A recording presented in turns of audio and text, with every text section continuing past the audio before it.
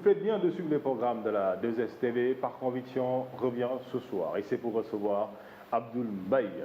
Abdoul Mbaye est le président du parti ACT, Alliance pour la citoyenneté et le travail. Abdoul Mbaye est l'ancien Premier ministre, c'est le premier Premier ministre d'ailleurs du président de la République, Macky Sall. Ensemble, il sera beaucoup question de parler de l'actualité économique. Il sera aussi question dans cette émission de parler de l'actualité sociale, mais aussi de l'actualité politique qui, vous le savez, est dominée par plusieurs questions. Alors, sans plus tarder, on va donc donner la parole à notre invité.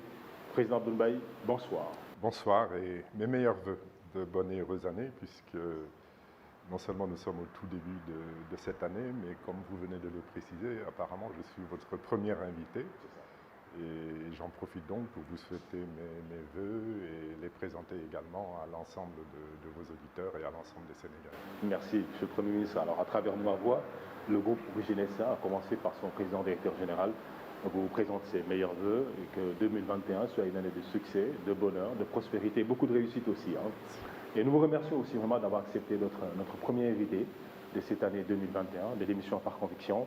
Aujourd'hui, 2021, qui a démarré, on va dire, depuis la semaine dernière. Quel est le bilan que vous tirez de l'année 2020? Une question difficile, une question qui appelle de nombreuses réponses. J'en retiens une année difficile pour les Sénégalais et pour le monde, malheureusement. Une année difficile d'abord parce qu'il y a eu l'épidémie, la pandémie du Covid 2021.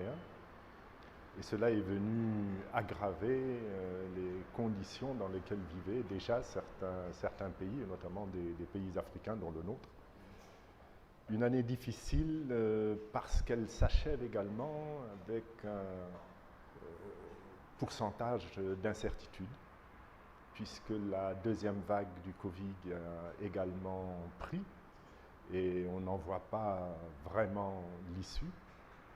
Pour le Sénégal en particulier, c'est une année qu'on avait annoncée difficile sur le plan économique déjà en décembre 2019 parce que nous considérions que les mesures qui avaient été prises et qui avaient été annoncées, et même qui étaient en cours de mise en œuvre et qui avaient commencé d'ailleurs avec le début d'année par une augmentation des tarifs de l'électricité, les mesures qui avaient été prises étaient des années d'ajustement structurel visant la réduction du déficit de la balance courante, visant également la réduction de la demande intérieure par les ménages, avec à la clé une augmentation de la fiscalité, ou en tout cas de la pression fiscale, une augmentation des prélèvements sur les revenus des ménages sous forme d'augmentation de prix, sous forme également de cette pression fiscale qui allait s'accroître. Et on ne voyait pas très bien sur quel mécanisme on allait se fonder et sur quelle démarche logique on allait se fonder pour quand même maintenir et même accroître le taux de la croissance annoncé de l'économie sénégalaise. Le président s'est félicité lors de son message à la nation, donc la gestion donc, de l'État du Sénégal, vraiment avec, durant cette pandémie d'abord, qui continue aussi, vu également les difficultés qui se présentaient aussi au Sénégal. Malgré cela, écoutez, cessons de nous tresser des lauriers par nous-mêmes, cessons également de les faire tresser par d'autres sur la base de faux constats, de fausses statistiques, parce que c'est ça la réalité. La réalité, elle est celle d'une très lourde chute de la croissance économique du Sénégal. Et personnellement, d'ailleurs, je considère qu'il y a eu récession. Une récession qui avait été pourtant annoncée par l'un des ministres en charge de l'économie. En quelques semaines, on a oublié cette récession. On est plutôt passé à un taux de croissance de plus de 2% pour l'année 2020.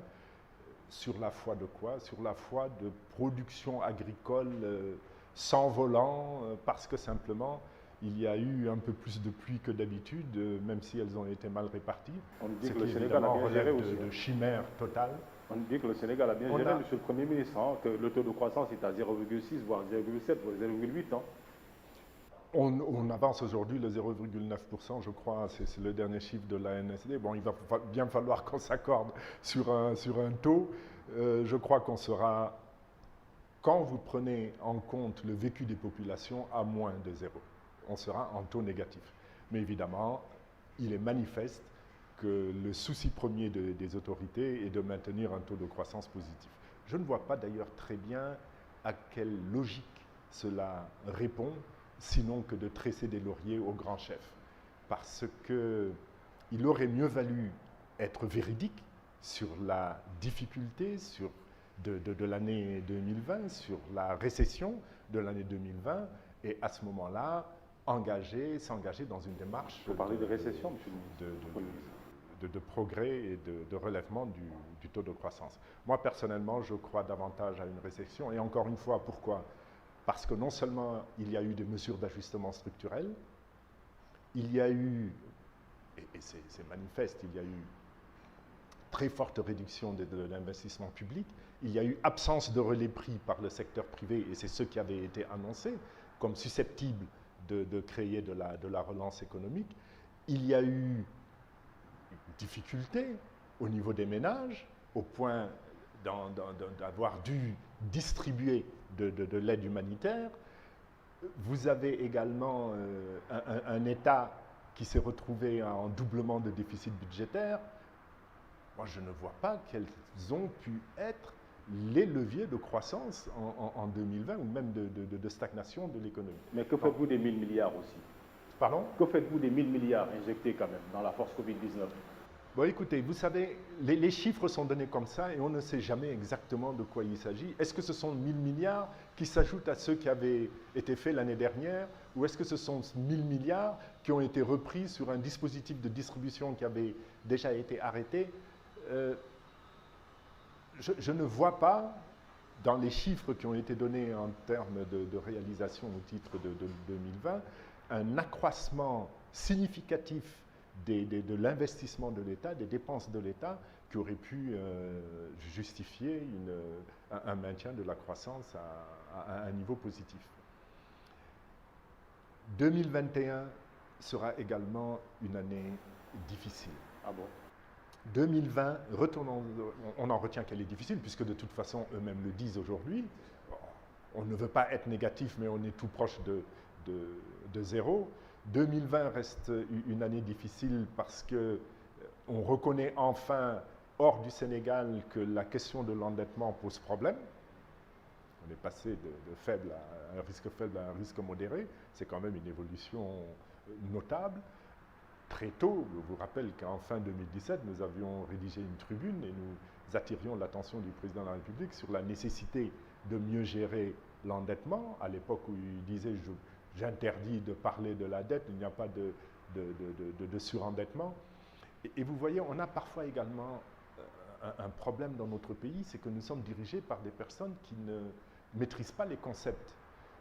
Vous avez, quand on parle de surendettement, tout de suite on vous oppose, nous ne sommes pas encore arrivés à 70%, qui est la marge, disons, la limite admise par les critères de convergence. Mais il dit qu'il n'est pas convaincu quand même par les critères de convergence de l'UEMOA qui fixent donc justement, à 70%. Et ils disent même... Oui, alors, il dit que même les pays se sont endettés à plus de 100%, par exemple le cas des États-Unis. Absolument, c'est le cas. Mais justement, cela veut dire quoi? Cela veut dire qu'il faut chercher ailleurs les signes du surendettement.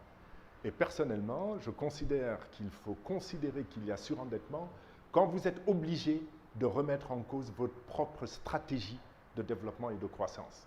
Or, c'est le cas au Sénégal, puisqu'on a abandonné le PSE. PSE, il n'y a jamais eu un PSE1 et un PSE2. On a dû réviser et passer à un PS2. On a changé le PS2, on a introduit le PRES. On a introduit le PRES, puis après on est parti au PAP 2A.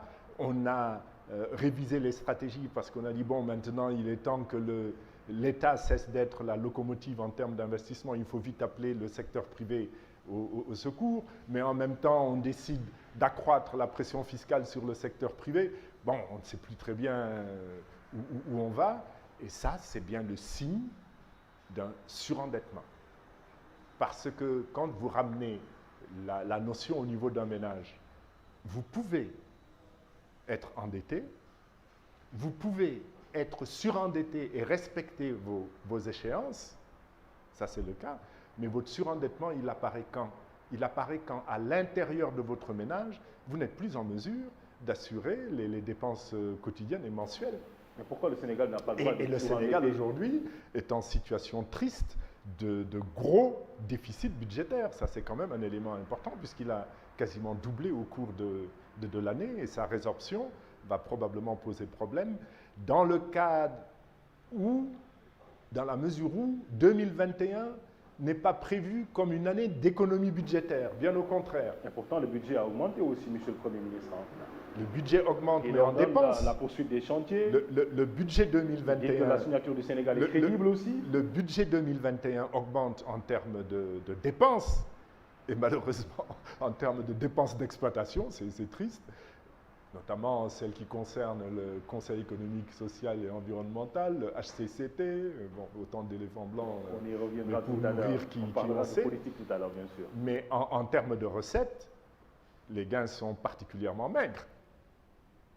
Voilà quel est le problème. On aurait dû, très sincèrement, bâtir un budget de prudence, sortant d'une année difficile, sortant d'une année de doublement de déficit budgétaire. On aurait dû faire preuve de prudence et avoir un budget restrictif en termes de dépenses d'exploitation. Mais ce n'est pas le cas. Mais on sort d'une bonne campagne arachidière également. Lui-même, il a dit aussi, lors de son message à la nation, également la signature du Sénégal est crédible, également aux yeux des institutions internationales. Il y a le pétrole, il y a le gaz, certes, donc décalé un peu quand même, on va dire, d'une année à cause donc, de la Covid-19. Alors, il ne devrait pas y avoir donc de soucis également. Des soucis pourquoi? Comme vous dites, Vous y croyez-vous à 1 800 000 tonnes de graines d'arachide produites par le Sénégal? Vous pensez que tout ça, ce sont des chiffres qu'on balance comme Mais je ça? vous dis que c'est impossible. Il faut savoir que le Sénégal, à l'époque où les terres étaient encore fertiles, à l'époque où les semences étaient de qualité, on avait des semences certifiées, mondialement reconnues, mondialement acceptées comme de référence. À l'époque où les dépenses en engrais étaient considérables, à ce moment-là, on avait des engrais à profusion. On avait également un encadrement remarquable du monde paysan en termes de techniques agricoles, de matériel agricole. Le maximum, c'était 1 million 100 000 tonnes. Les productions ont baissé. Je vous parle de ce que moi j'ai constaté en 2012 lorsque j'ai été nommé Premier ministre. On était dans les 700 000 tonnes environ, mais pour des raisons objectives de sous-utilisation d'engrais, de semences dégradées par un système dit de semences sélectionnées, absence d'encadrement également des paysans dans les techniques culturelles, dans le matériel agricole. Qu'est-ce qui a changé et qui pourrait justifier, d'abord, qu'on soit allé jusqu'à 1 million de tonnes, c'était déjà suspect, en une année, qu'on soit remonté à 1 400 000 tonnes, et comble du comble, parce que personnellement, je pensais qu'on avait atteint la limite en termes d'invention et de chimère, on nous annonce 1 800 000 tonnes. Et pour quelle raison? Non pas parce qu'on a accru les emblavures, c'est-à-dire les terres emblavées, les terres ensemencées, mais parce qu'il y a eu pluie. Mais vous ne pensez pas que c'est possible? Écoutez, quand il pleut sur une terre non ensemencée, ça donne de l'herbe. De l'herbe folle, ça ne donne pas de l'arachide. Mais il a dit avoir mis dans l'agriculture 20 milliards de plus également pour subventionner l'agriculture, accompagner quand même les producteurs. D'accord? Il parle également donc de machines également. Comment on les appelle ces machines-là? Mais écoutez, je vais vous dire une chose. Comment on les appelle enfin? Beaucoup d'efforts ont été consentis quand même dans le secteur agricole. Ce qui caractérise l'agriculture sénégalaise, c'est une confiscation de l'aide de l'État par des obligés du pouvoir et par une gente qui est souvent politicienne. Le meilleur exemple, c'est celui des semences. Les semences dites sélectionnées. Les semences sélectionnées, c'est un système qui a été établi en 2002, qui s'est substitué au système de semences certifiées et qui permet de subventionner à l'achat des graines dites sélectionnées, ce qui n'est pas le cas, hein, ils prennent n'importe quoi, et de subventionner à la vente aux paysans ces mêmes semences pour qu'ils les utilisent. C'est un système qui dégrade la qualité germinative des graines et qui donc fait baisser les rendements d'arachide au niveau du Sénégal. Ça coûte cher, c'est vrai, mais ça n'enrichit pas le paysan, ça appauvrit le paysan et ça enrichit les intermédiaires. Malgré que le Quand prix vous plancher soit arrivez, fixé à vous avez 250 francs CFA, Vous avez évoqué le matériel agricole, c'est ça. mais voyez ce qui se passe. On achète des tracteurs en Inde. Il faut peut-être rappeler que le Sénégal les paye 3 fois plus cher que le prix catalogue. Il faut le savoir, ça aussi. C'est le Sénégal qui paye, ce sont les futures générations, nous-mêmes, vous et ceux qui vont suivre. Ils vont payer parce que c'est de la dette. Mais le vrai problème, c'est que ces tracteurs ne sont même pas mis à la disposition des exploitants agricoles. Ils sont mis à la disposition d'intermédiaires, en général politiciens, qui les louent aux opérateurs. Alors, après, on vous dira, on a mis des milliards. Mais qui bénéficie de ces milliards? Certainement pas les producteurs agricoles. Le pire, c'est que lorsque l'agriculteur de cacahuètes, d'arachide, produit, on lui interdit ou on cherche à lui interdire de vendre au meilleur prix. Mais dans quel système sommes-nous? Comment peut-on interdire à quelqu'un qui a peiné sur son champ, qui a produit de l'arachide, comment peut-on lui interdire de vendre au meilleur prix, qui n'est pas un prix de spéculation, qui est un prix mondial? Mais que dites-vous dans ce cas de l'arrivée des Chinois qui achètent le kilogramme à 350 francs? Et c'est déjà déjà fait venir. Ce n'est pas l'arrivée des Chinois, c'est peut-être l'absence d'arrivée des Sénégalais opportunistes qui auraient pu acheter également des graines pour les revendre au système, au niveau du marché mondial. Ce que moi je reproche, c'est que pourquoi permettre à des commerçants chinois de venir commercialiser l'arachide au Sénégal, qu'ils restent à la frontière du Sénégal et que des Sénégalais prennent en charge l'aspect commercialisation de l'arachide. Non seulement on les laisse s'installer, mais en plus, au bout du compte, on finit par leur interdire d'acheter ou on multiplie les blocages pour l'achat ou les blocages à la vente de la production. Mais à quoi ça rime? Si l'arachide coûte aussi cher, c'est que l'huile d'arachide coûte également cher. Donc pourquoi s'efforcer de réduire le prix à l'achat local pour augmenter la marge de l'huilerie? Parce qu'ils disent que le prix plancher, c'est à partir de 250 francs. C'est qu'ils ne peuvent pas nous vendre 250 francs. Et plus. Écoutez, je vais vous dire, oui. J'ai eu à faire ce type d'arbitrage en ma qualité de Premier ministre, et notamment la première fois. J'ai réuni en conseil interministériel, ce fameux conseil national, là, et évidemment des producteurs, parce que c'est comme ça que vous pouvez avoir droit à la vérité. Et ils ont dit, je crois que c'était d'ailleurs le même prix à l'époque, je parle en évoquant des souvenirs, oui, 200 francs, disons, ils avaient dit 200 francs. Ma première réaction, comment avez-vous fixé les 200 francs? J'avais suivi l'augmentation du cours de l'huile sur le marché international. Donc oui, il y a 6 mois, je dis, non, donnez-moi, faites état de données présentes et actuelles. On a dû reporter cette réunion et ils sont revenus avec de meilleurs prix. Je me suis rendu compte que c'est un système qui avait été monté pour favoriser ce qui était la Sonacos à l'époque, entre les mains d'un homme d'affaires qui s'appelait Abbas Jaber, si vous vous en souvenez. Et ça permettait donc d'acheter à faible prix de l'arachide, de faire de l'huile d'arachide très chère sur le plan mondial, de l'exporter vers ces sociétés situées à l'extérieur et donc de faire la marge hors du Sénégal et de ramener au Sénégal de l'huile végétale peu chère en faisant de nouveau de grosses marges. Vous voulez dire tout ça, ça a été monté pour favoriser donc dans ce cas la Sonacos? Mais évidemment, évidemment. Mais comment comprendre dans ce cas les explications, Monsieur le Premier ministre, je vous laisse donc terminer, du chef de l'État qui dit que la Sonacos doit se mettre au rythme du temps, c'est-à-dire ne plus attendre par exemple que les producteurs ou les semences viennent vers eux pour acheter de l'arachide, mais qu'ils aillent au niveau donc vraiment de ces producteurs acheter, parce que maintenant le monde a changé. Il a dit lors de son face-à-face avec la presse. Bon, c'est un petit pas. La Sonacos doit non seulement s'organiser pour acheter au meilleur prix, selon la loi de l'offre et de la demande, mais la Sonacos doit également s'organiser pour que la production soit certaine. Parce que quand le ministre nous dit 1 400 000 tonnes, 1 800 000 tonnes, les huiliers disent, mais on ne voit rien. C'est la réalité. Quand vous inventez des chiffres, évidemment, il y a la vérité.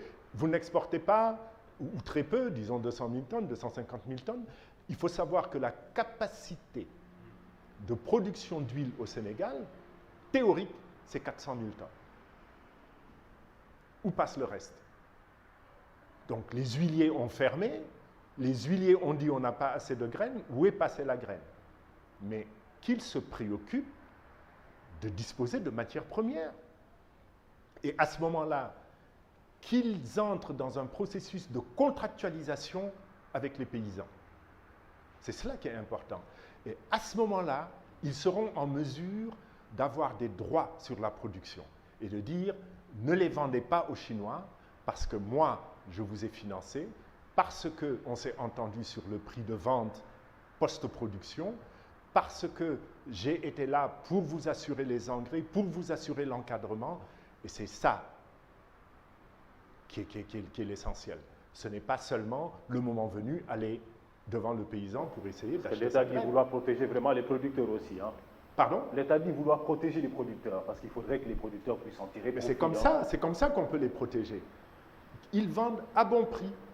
Et on les protège également en les mettant dans un processus qui les lie au futur acheteur, à l'huilier en général, ou même à un autre intermédiaire, parce qu'il a été aidé, parce qu'on lui a donné des graines de qualité qui lui permettent d'avoir de bons rendements, parce que ce n'est pas la même chose, hein, gagner 200 000 francs par hectare ou en gagner 300 000, il suffit d'un peu plus d'engrais, de mieux utiliser, de meilleures graines, etc., etc. Donc, que tout ce processus soit revu et mis en œuvre, en tout cas, c'est ce qui figure dans notre programme. C'est quoi le meilleur prix selon vous, juste pour terminer avec l'arachide? Le meilleur prix du kilogramme d'arachide selon vous? Le kilogramme devrait se vendre à combien? Écoutez, comme je ne suis pas acheteur, je ne peux pas vous en dire le prix. Le vrai problème, c'est que le prix d'équilibre, c'est une entente entre un acheteur et un vendeur. Alors que l'on laisse le producteur échanger avec, qu'il soit chinois, indien, sénégalais, avec celui qui lui achète au meilleur prix. Et à ce moment-là, il aura un prix d'équilibre. Par contre, vous introduisez un débat qui peut être intéressant. Il y a des pays où, grâce aux techniques, aux nouvelles techniques de communication, aux nouveaux terminaux qui sont entre les mains de pratiquement tous les Sénégalais, donc le téléphone portable, mais d'échanger, de créer des bourses. Tout a commencé comme ça, à Chicago ou ailleurs, jusqu'à devenir des bourses mondiales, qu'il y ait, notamment à l'occasion des Luma. Moi, je suis acheteur de 100 kilos d'arachide à tel prix, de telle qualité, et puis qu'il y ait des arbitrages, et à ce moment-là, on arrivera à déterminer des prix convenables. Mais le prix convenable ne peut pas être le prix administré cherchant à protéger l'un des acteurs et à violer ou à ne pas respecter le prix du marché. Ce n'est pas possible. Est-ce que quand même tout ce qu'on assiste actuellement au Sénégal aura des conséquences, on va dire, positives ou négatives avec vraiment cette application de la ZLECA, cette zone de libre-échange également? Est-ce que cela aura des répercussions positives ou négatives? Qu'est-ce que vous en pensez? Par exemple, l'application de la ZLECA qui a démarré depuis le 1er janvier dernier. Bon, n'en parlons pas trop tôt. C'est vrai que vous avez 34 pays qui ont ratifié. C'est un très bon projet, hein, si on peut arriver à une zone de libre-échange aussi large, c'est un très bon projet. Mais par contre, en matière de production d'arachide, pourquoi s'enfermer dans le Sénégal? Vous avez aussi des productions dans les pays voisins. Pourquoi la Sonacos devrait se limiter à absolument réduire les gains du paysan sénégalais et à n'acheter que des graines sénégalaises? La Sonacos peut acheter de l'arachide en Gambie, peut acheter de l'arachide au Mali et également au Nigeria, qui est un gros producteur, et même en Côte d'Ivoire, qui est en train de devenir un producteur intéressant en graines d'arachide. En attendant d'en savoir un peu plus, vous en pensez quoi par rapport à cette monnaie unique éco qui a été retardée à cause de la Covid? Retardée à cause de la Covid. Alors, il ne faut pas que la Covid devienne le prétexte pour tout faire. Ce que je constate, c'est d'abord, je donne un sentiment personnel, les mesures qui avaient été annoncées étaient insuffisantes. On pourra y revenir. Mais on a retenu deux choses. Des engagements pris par le président Macron et des engagements pris, donc lui au nom de la France, et des engagements pris par le président Alassane Ouattara, lui, au nom de l'ensemble de l'UEMOA. Ceux pris par Macron ont été respectés. Ceux pris par Alassane Ouattara, au nom de l'ensemble des chefs d'État africains, n'ont pas été respectés. Et notamment le changement de dénomination, puisqu'on avait annoncé que le CFA deviendrait ECO. Je crois personnellement que cet engagement était impossible à tenir, et malheureusement, peut-être que celui qui l'a exprimé le savait déjà. Donc il ne faut pas faire intervenir la Covid ou le Covid-19 comme étant la raison qui a retardé cela. Et les manquements dont Par contre, nous avons très tôt défendu l'idée selon laquelle, dès lors que la dénomination posait problème, il était important de donner une suite à cet engagement au cours de l'année 2020, puisque c'est ce qui avait été annoncé. Et sachant que l'écho était impossible à mettre en œuvre, en tout cas l'appropriation de la dénomination était impossible, il fallait réfléchir, et il faut toujours réfléchir, à une dénomination d'attente pour créer la rupture avec le franc CFA, pas la dénomination, parce que les ruptures peuvent être créées par ailleurs de manière différente avec d'autres moyens également, on peut y revenir, mais là, il y a un problème, disons, psychologique, davantage d'ailleurs psychologique que technique. Sauf que sur le plan technique, ça se traduit simplement par des échanges, par un échange de signes monétaires. Il faut changer les billets en circulation, il faut changer les pièces en circulation, mais ça coûte évidemment, c'est ça l'aspect technique. Mais sinon, il suffit de réfléchir à une nouvelle dénomination et de s'entendre là-dessus et de donner satisfaction à une majorité d'Africains membres de l'UEMOA et surtout, de respecter la parole donnée par un ensemble de 8 chefs d'État à leur population respective. Mais est-ce que ce n'est pas encore prudent, un peu plus prudent quand même, d'attendre un peu pour éviter quand même de tomber dans une deuxième dévaluation, parce que si on va vers la précipitation, sera pour quand même nous mener à dévaloriser cette monnaie dont vous faites allusion. Non, ce n'est pas de la précipitation. C'est pas de la précipitation. Le changement de dénomination d'une monnaie, ça a été géré partout. Surtout que dans notre cas, l'engagement avait été pris de maintenir la parité. Donc ça veut dire que vous changez une monnaie et dans sa dénomination et vous dites la parité est maintenue. Mais c'est l'exercice le plus facile qui soit. Moi, j'avais même proposé à l'occasion d'une rencontre à Paris, je dis mais CFA, S-E-F-A, mais c'est africain comme nom. Mais appelons notre monnaie CFA, S-E-F-A, pourquoi pas CFA, point barre, ça peut être autre chose. Il faut y réfléchir. C'est pourquoi notre parti, lui, propose de mettre en place un collège de marketiciens spécialisés en la matière pour s'entendre sur un certain nombre, proposer par exemple 3, 4, 5, sinon les soumettre au chef de l'État du UEMOA. C'est ce qu'ils ont fait pour l'ECO au niveau de la CEDEAO. Et à ce moment-là, un choix est fait et on change cette dénomination. Parce que l'ECO, ça peut attendre encore... combien d'années? J'ose pas me prononcer, mais ça peut être 5, ça peut être 10 ans, ça peut être 15 ans.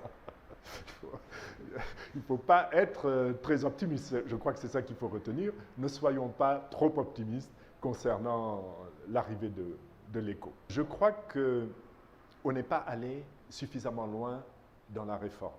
Et c'était possible.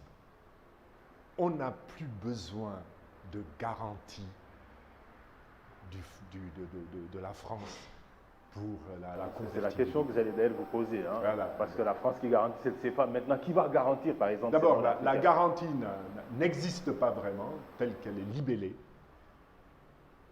C'est une garantie de continuité de convertibilité, ce n'est pas une garantie de convertibilité. Parce que la convertibilité du franc CFA, elle est assurée tous les jours par la Banque centrale des États de l'Afrique de l'Ouest, sans soutien de qui que ce soit. Et ça dure depuis maintenant, il y a eu une petite exception, c'est pourquoi je dis depuis les années 40. Il y a eu une petite période exceptionnelle où il a fallu recourir à un prêt, parce que c'est ça finalement, qu'on appelle la garantie par la France. C'est si jamais on n'a plus de devises au niveau de la zone de l'UMOA, la France prête. Mais la France prête d'ailleurs aujourd'hui seulement après avoir utilisé toutes les possibilités de prêt auprès du Fonds monétaire, après les procédures de ratissage. Donc c'est presque un prêt, ça n'est qu'un prêt, et c'est un prêt de surcroît qui est un prêt de dernier recours. Mais ça infantilise les autorités monétaires. Parce que protégé par cette possibilité de toujours avoir un filet de sécurité, vous ne gérez plus votre monnaie comme instrument de croissance et instrument de développement économique. Je m'explique. Quand vous voyez que vous allez vers le manque de devises et donc vers l'inconvertibilité de votre monnaie, possible, mais à ce moment-là, il faut tout de suite prendre les mesures d'ajustement qui doivent vous permettre de maintenir cette convertibilité. Mais quand confortablement assis sur le matelas que représente la possibilité du prêt, vous regardez faire, vous ne gérez pas. Et vous ne recherchez pas la mise en œuvre des processus de redressement qui vont permettre à votre économie de continuer à assurer elle-même une croissance compatible avec une monnaie convertible.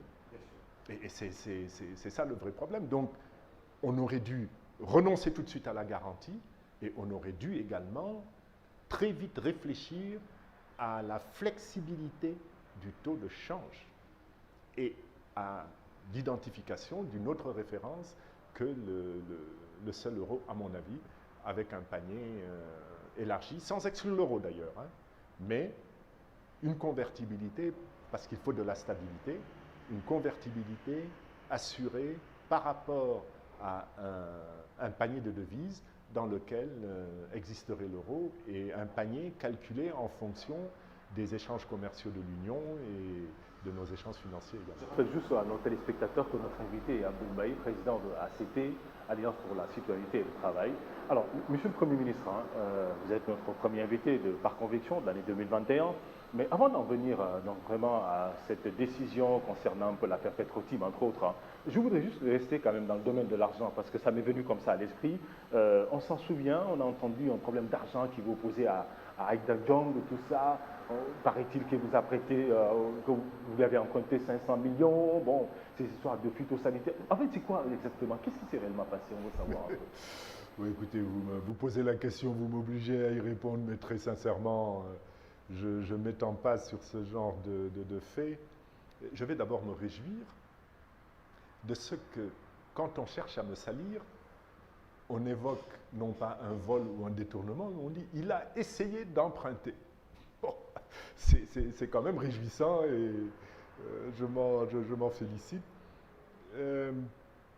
Qu'est-ce que je peux vous dire? Emprunter 500 millions, je crois, par coup de téléphone à une personne. Bon, demandez-lui de sortir ses preuves. Qu'est-ce que j'ai à répondre à ce genre de baliverne? Et cette affaire de phytosanitaire, tout ça? Pardon? Ces affaires de phytosanitaire également entre les deux tours de la présidentielle de 2012. On a entendu parler de beaucoup de choses parce que les Sénégalais n'ont pas trop bien compris pourquoi ces bisbilles entre vous et Aïda Jong. Écoutez, mais vous avez d'abord ce qu'il faut savoir, c'est que nous sommes dans un contexte où, quand vous êtes opposant, vous êtes une personne à abattre. C'est incroyable, hein?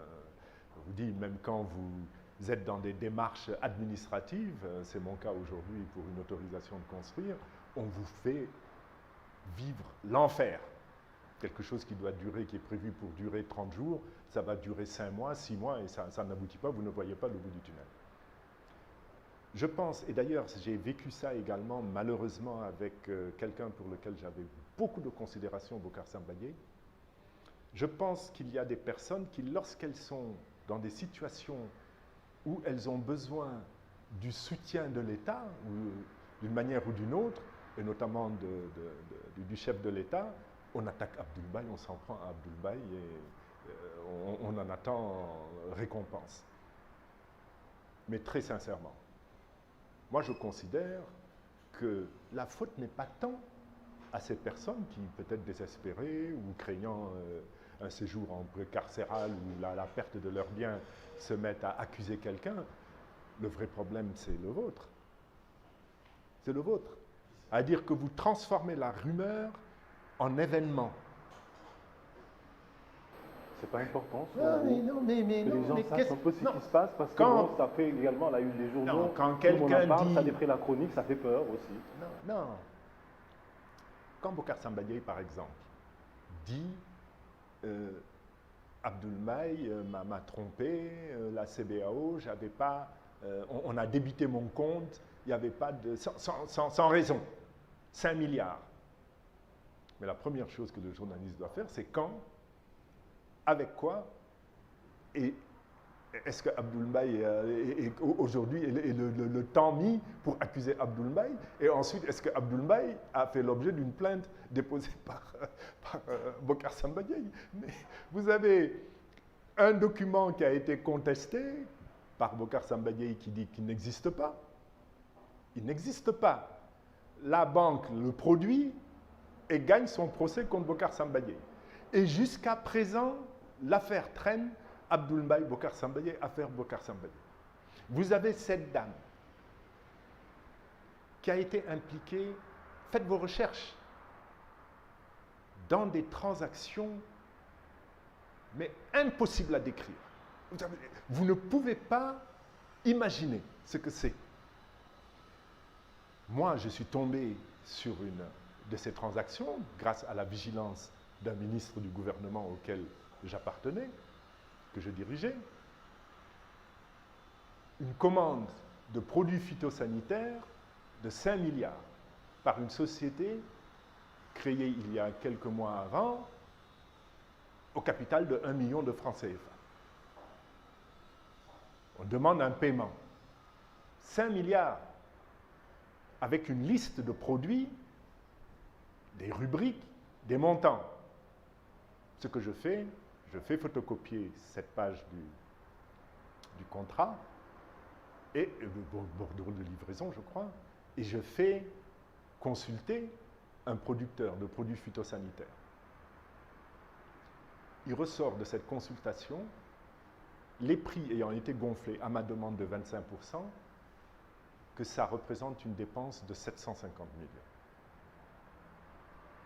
Voilà les faits. Et je prends le dossier, je demande que ça aille chez l'agent judiciaire de l'État. Voilà qu'on m'en veut, on dit que c'est Abdoul Mbaye qui m'a créé tous ces problèmes, je suis... que voulez-vous que je fasse face à un dossier pareil? Et du coup, on va le charger pour ensuite pouvoir se tirer d'affaire en prison. Mais quand même, faites des enquêtes. Encore une fois, ce n'est pas la faute de ces pauvres personnes. C'est la vôtre. Hein. Nos journalistes s'accrochent trop à ce qui est rumeur et on oublie les faits. Ce matin, je taquinais... aussi dans toute rumeur, il y a une partie de vrai aussi. C'est la raison pour laquelle on voudrait juste être édifié sur ce point. Ce matin, je taquinais un de vos collègues. J'ouvre la presse, je lis dans un journal, aucun parti politique du Sénégal ne produit des comptes de fin d'année comme respecte la loi concernant... Bien sûr, on va y revenir, hein, on va y revenir dans un instant. Je voudrais juste m'arrêter sur la fête pourquoi aussi. J'ai dû écrire, hein, j'ai dû envoyer un message au directeur de publication. J'ai dit, mais comment pouvez-vous dire ça alors que nous le faisons et que sans doute d'autres partis le font? Oui, mais est-ce que vous avez des preuves? Je dis, mais commencez peut-être par les chercher avant de sortir des accusations de cette nature. Donc attention, il y a des rumeurs qui sont produites, qui sont alimentées dans des objectifs bien déterminés, mais c'est aux journalistes dans le cadre de son éthique propre et de sa déontologie, de faire la part des choses entre les faits, entre la rumeur de dénigrement, entre la fausse rumeur qui même parfois cherche peut-être à... Et dans l'affaire Petro-Tim, il n'y a pas eu de rumeur dans ce cas. C'est la raison pour laquelle, si je ne me trompe, vous êtes parti déposer une plainte au niveau du procureur. Mais vous avez été finalement débouté ou bien? L'affaire a été classée dans l'affaire Petro-Tim, les faits sont clairs. Hein. Et aucune décision de justice ne peut empêcher la réalité ou gêner la réalité de ces faits.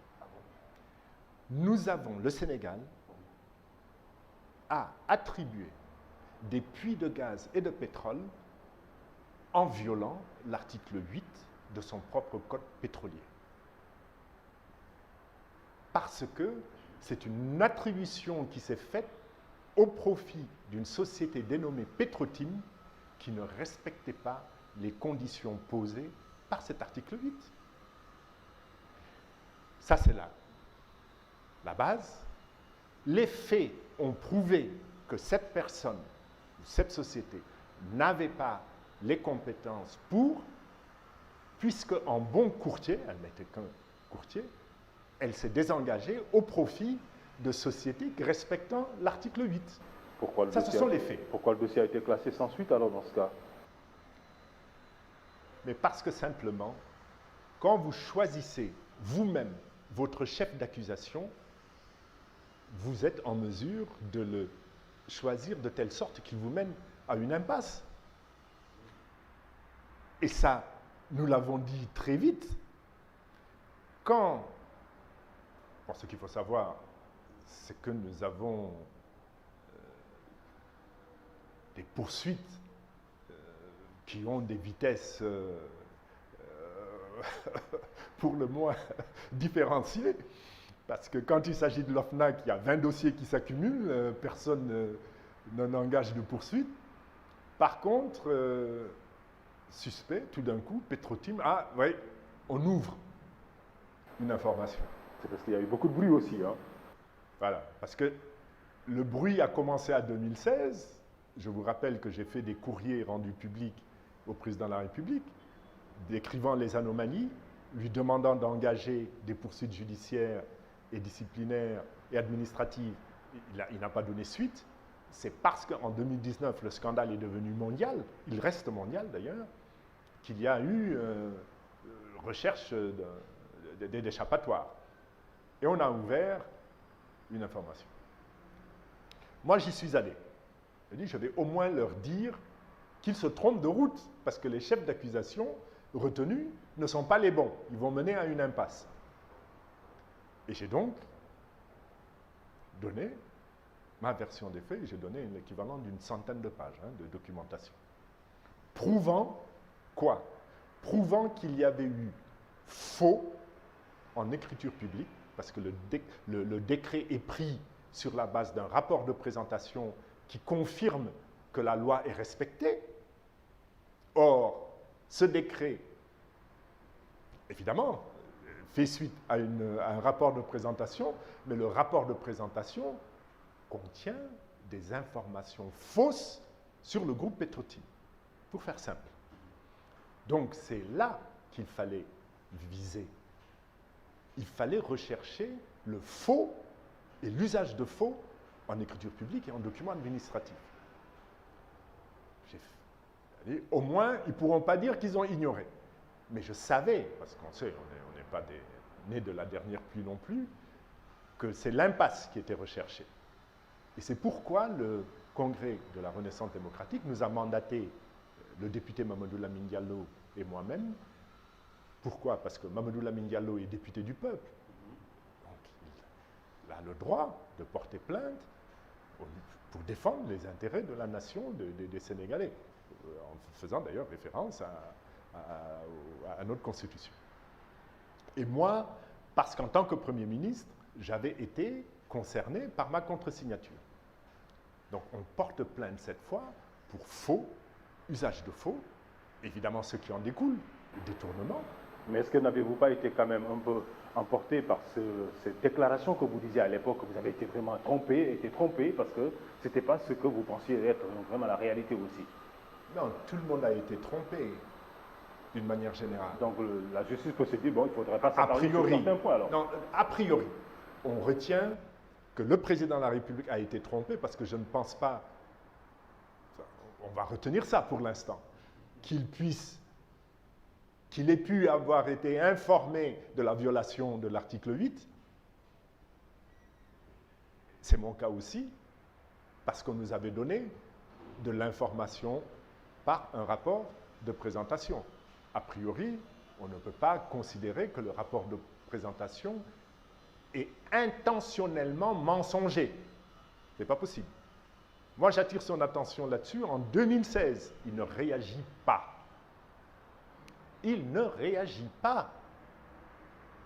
J'apprends après que l'inspection générale d'État a également eu à souligner les faits.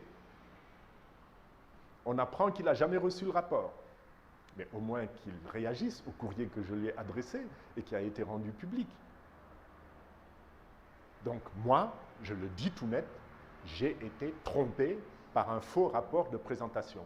Mais qu'attendent les autres pour reconnaître que le rapport de présentation était faux? Parce qu'on en revient à ce que je disais tout à l'heure. Ça, c'est un fait patent. Personne ne peut remettre en question ce fait qui a permis de violer l'article 8. Alors pourquoi le président de la République ne reconnaît-il pas qu'il y a eu faux rapport de présentation? Pourquoi le ministre Aly Ngouille Ndiaye, signataire du rapport de présentation, ne reconnaît pas qu'il y a eu faux? On ne leur dit pas de dire « nous avons donné des instructions pour du faux », pour l'instant en tout cas, non. On leur dit « reconnaissez », on leur demande « reconnaissez qu'il y a eu faux ». Et donc, je continue. Oui. Nous avons déposé cette plainte en juillet 2019.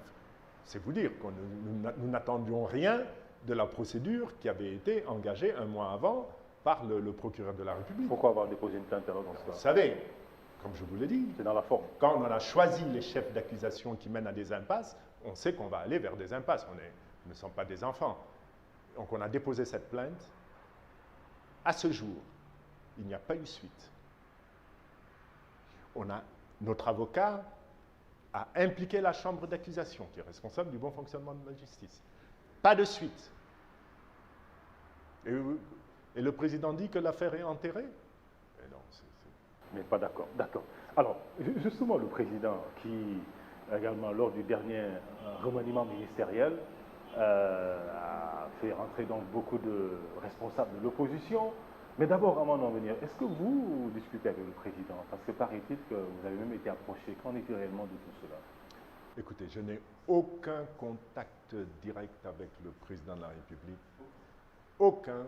Le dernier, je crois, remonte à, disons, la période antérieure à sa déclaration sur le mandat qui devait rester à 7 ans. Parce que moi, jusqu'à ce jour-là, d'ailleurs, le mandat c'était 5 ans, mais il ne voulait pas que le Sénégal soit en permanence dans le processus électoral. Donc le référendum allait venir pour confirmer les 5 ans. Et quand j'ai vu que ce qui se passait était un déni, à ce moment-là, j'ai cessé le moindre contact avec le président. Même pas durant la période de la Covid aussi, vous n'avez pas discuté avec le chef de l'État? Jamais. Par contre, j'ai adressé des courriers au président de la République lorsqu'il a sollicité de la part de l'ensemble des acteurs politiques des contributions dans le cadre de la gestion de la pandémie. Vous avez répondu? Là, je lui ai fait 5 courriers. Non. Non.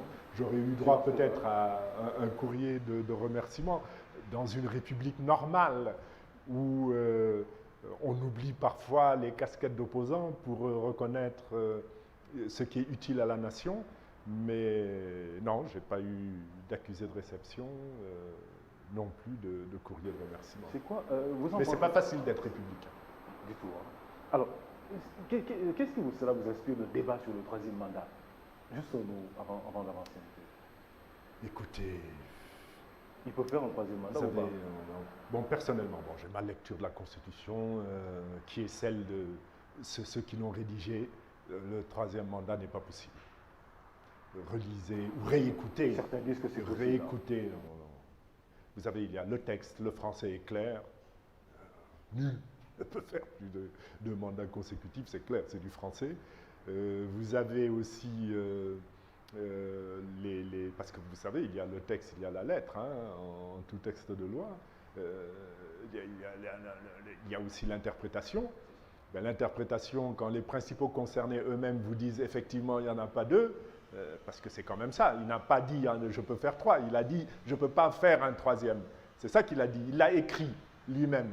Le spécialiste en modification de constitution, là, monsieur Mayolfal, oui, lui aussi a dit c'est pas possible, c'est du français, je ne peux pas répéter ça. Il a dit d'ailleurs dans une vidéo, je crois, c'est venu 3 fois.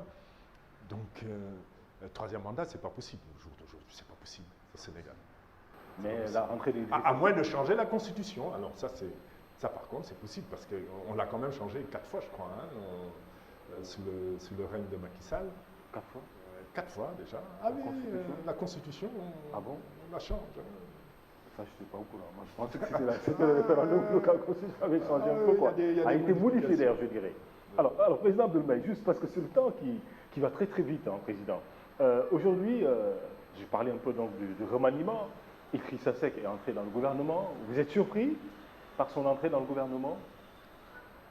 Oui, quand même. Vous vous sentez trahi? Non. Vous savez, en politique au Sénégal, si vous donnez de l'importance à la trahison, vous êtes mort. Hein, vous êtes en crise cardiaque tous les jours. Hein, parce que c'est notre conception de la politique, la remise en cause de ses engagements, la remise en cause de ses relations. Non, ça ne me surprend pas du monsieur. Personnellement, je pense qu'il était dans une, je le dis hein, très franchement, dans la négociation d'une fonction plus honorable, à savoir chef de l'opposition.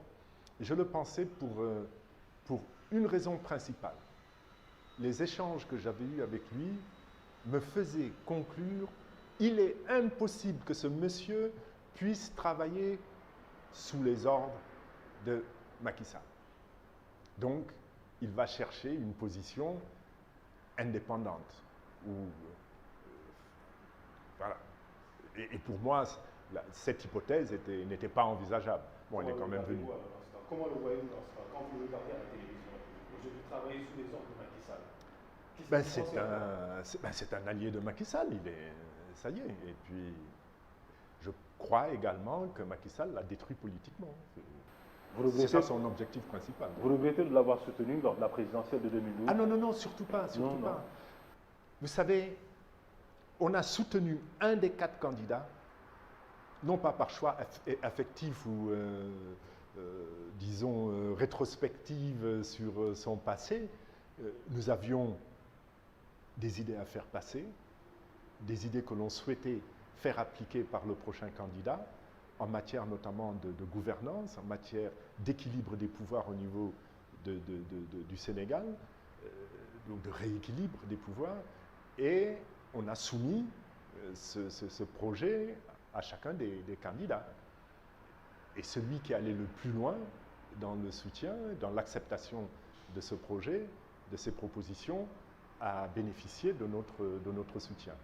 Donc c'est en réponse à une procédure bien claire que le parti qui est le nôtre, en symbiose d'ailleurs avec le mouvement Tekki du député Mamadou Lamine Diallo, a décidé de soutenir M. Idrissa Seck, le candidat de la coalition coalition IDI 2019. On n'a jamais fait partie de cette coalition, nous sommes venus en soutien. Et on s'est retiré après avoir contribué à la rédaction du livre blanc. On lui a fait signer un document, il l'a signé, et voilà, donc on s'est engagé et on a joué notre partition durant sa campagne.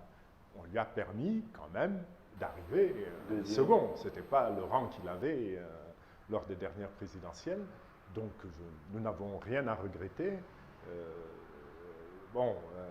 Par contre, la prochaine fois, on sera plus au niveau des personnes à soutenir. Si jamais l'occasion ou les faits se représentent, il risque d'être éliminé. Vous dites n'être pas quand même assez surpris de la position prise par Idrissa Seck. Avez-vous conseillé à votre frère de ne pas accepter le poste de conseil spécial de Idrissa Seck au niveau du Conseil économique et social environnemental? Écoutez, c'est vraiment une affaire entre Idrissa Seck. Il a refusé le poste, on n'a pas compris. Certains disent que vous êtes derrière ça. Non, jamais de la vie. Bon, il m'en a informé, mon frère, évidemment. Oui, bien sûr. Il m'en a informé, et puis c'est tout. Je lui ai donné mon avis, et il a pris sa décision. Vous faites plus confiance à Idrissa Seck, vous, personnellement? Qui m'appelle moi? Non, vous faites plus confiance à Idrissa Seck, personnellement? Écoutez, je puis quand même dire ce qu'il disait de Macky Sall. Hein. Ça veut dire que jamais je ne travaillerai avec Idrissa Seck. C'est pas possible. Et vous regrettez d'avoir travaillé pour le président Macky Sall? Ah non, certainement pas. Non. Si c'est à refaire, vous allez le refaire? Non. Non. Non, vous regrettez alors dans ce Non, parce que comme je le dis toujours, hein, pour moi, il y a deux Macky Sall. Hein. Il y a le Macky Sall candidat avec les promesses qui m'ont conduit à de soutenir modestement durant sa campagne, ensuite à l'aider. C'est le projet New York Côté pendant qu'il était président, en acceptant d'être son Premier ministre. Mais il y a aujourd'hui le Macky Sall qui n'a plus rien à voir avec ce à quoi il appelait. Hein. La patrie avant le parti, ça rend nostalgique. Hein. C'était tellement beau, la patrie avant le parti. Mais qui a huilé vos relations? La gestion sobre, qui a vertueuse. Les gouvernements, le ministère de bonne gouvernance, l'Assemblée nationale aux citoyens. C'était vraiment un beau slogan, c'était un rêve. Le mandat de 7 ans qu'on ramène à 5, quelque chose qui ne s'était jamais fait dans l'histoire du monde. On voit que vous lui en voulez quand même.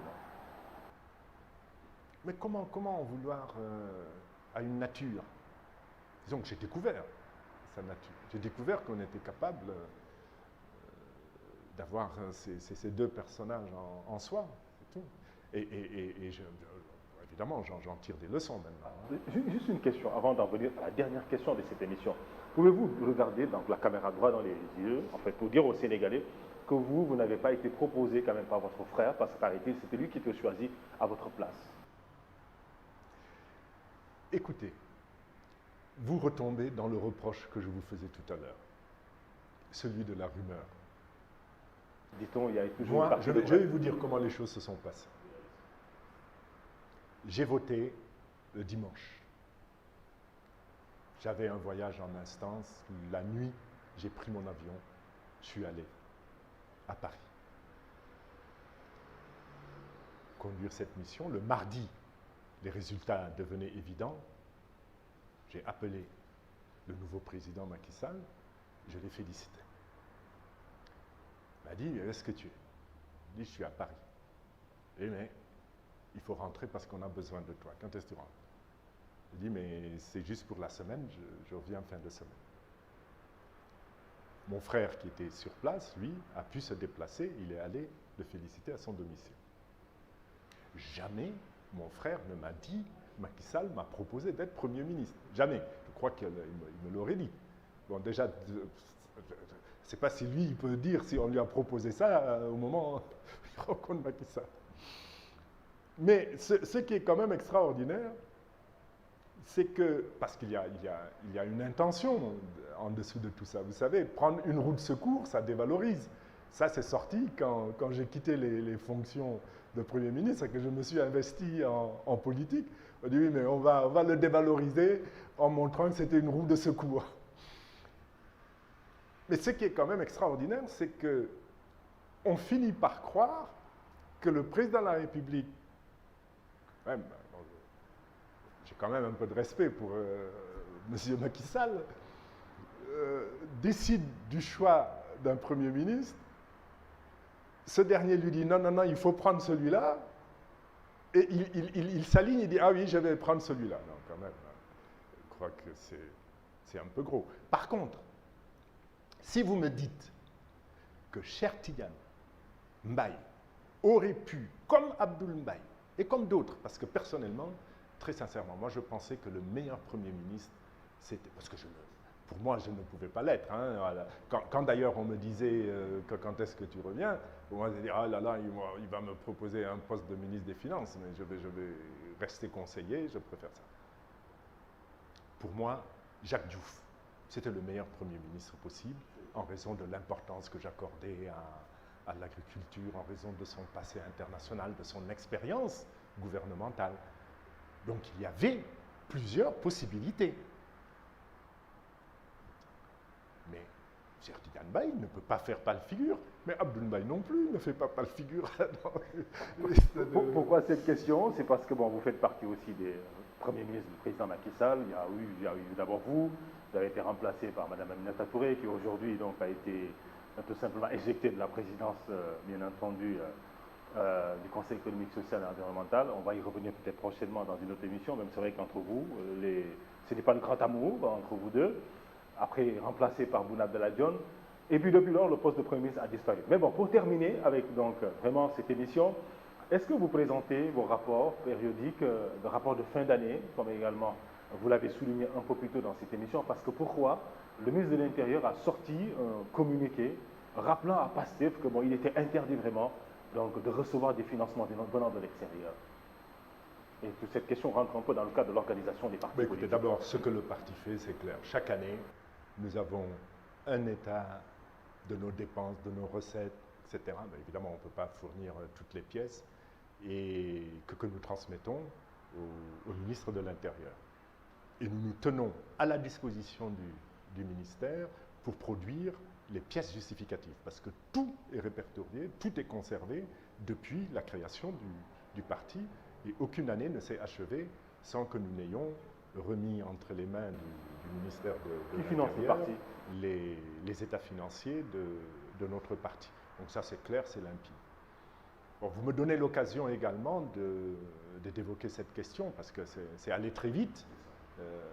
On a même évoqué la dissolution d'un parti.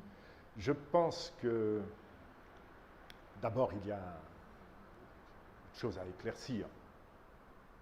Vous pouvez recevoir, en tant que parti, des fonds de l'étranger, mais à condition qu'il s'agisse de fonds provenant d'adhérents, de fonds provenant de sympathisants de nationalité sénégalaise. Même à la limite, parce que ça aussi c'est prévu comme financement, moyen de financement des partis, les bénéfices d'une cérémonie organisée par manifestation, organisée par des adhérents de votre parti. Et moi j'ai entendu des experts comme Diagasila dire que non, c'était pas possible de recevoir des fonds venant de l'extérieur. Hein. Ah si, en tout cas il y a une, il y a une référence qui est d'ailleurs rappelée par le juriste Seybani Sougou, établie en France, elle est claire, elle est nette, hein, c'est la loi, ça n'a pas de problème. Et par contre, ce qui dérange profondément, c'est que, comme d'habitude, vous avez ce que les autres peuvent se permettre, notamment les pouvoirs, et ce que l'opposition ne peut pas se permettre, parce que ce sont les financements occultes qui doivent être visés. Ce n'est pas le financement de l'étranger, c'est le financement de l'étranger, mais aussi le financement qui vient par des subsides reçus d'hommes d'affaires auxquels on donne des marchés ou des décaissements de fonds secrets, etc., etc. Et ça existe. Quand même, vous n'allez pas me dire, quand vous voyez ces partis qui construisent des sièges à plusieurs milliards ou qui achètent seulement des terrains à ce prix, qui tiennent des manifestations. On sait ce que ça coûte, hein, nous on souffre. Hein. Vous pensez que c'est une façon de museler un peu l'opposition, comme également, on va dire, la suppression des villes, c'est juste pour terminer, hein. C'est une façon donc d'anéantir un peu l'opposition. C'est vous qui êtes visé à travers tout cela. Écoutez, concernant la suppression des villes, non, c'est pas moi, mais d'une manière générale, vous avez une démarche politicienne, parce que je ne dis pas, c'est même pas de la politique, ça, c'est vraiment de la politique politicienne, qui est celle du président Macky Sall. Il ne veut pas, probablement d'ailleurs dans une stratégie visant peut-être un troisième mandat ou le choix d'un successeur, il ne veut pas de numéro 2, ni dans son parti, vous en connaissez un, ni dans le gouvernement. Le poste de Premier ministre a été supprimé, ni à Dakar. Qui gagne Dakar devient potentiellement dangereux, ni même après des élections présidentielles, le deuxième on le met dans sa poche. Donc je crois qu'il faut plutôt inscrire ça dans une stratégie globale, mais résolue, mais également très spécialement politicienne, parce que c'est leur première compétence. Abdoul Mbaye, je vous remercie infiniment. Merci à vous.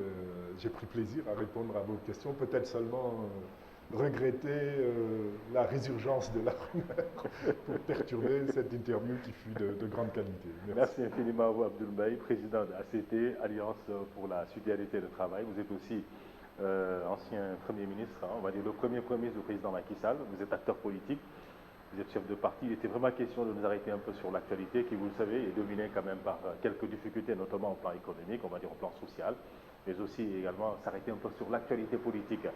Nous vous remercions infiniment d'avoir accepté d'être notre premier invité de l'émission Par Conviction pour cette année 2021. Encore nos meilleurs vœux, que 2021 soit une année remplie de succès et de bonheur. Merci à vous. Merci aussi à vous les téléspectateurs. Très bonne année 2021 à vous. Nos meilleurs vœux, c'est la fin de Par Conviction. Passez d'excellents moments en compagnie des programmes de la télévision autrement.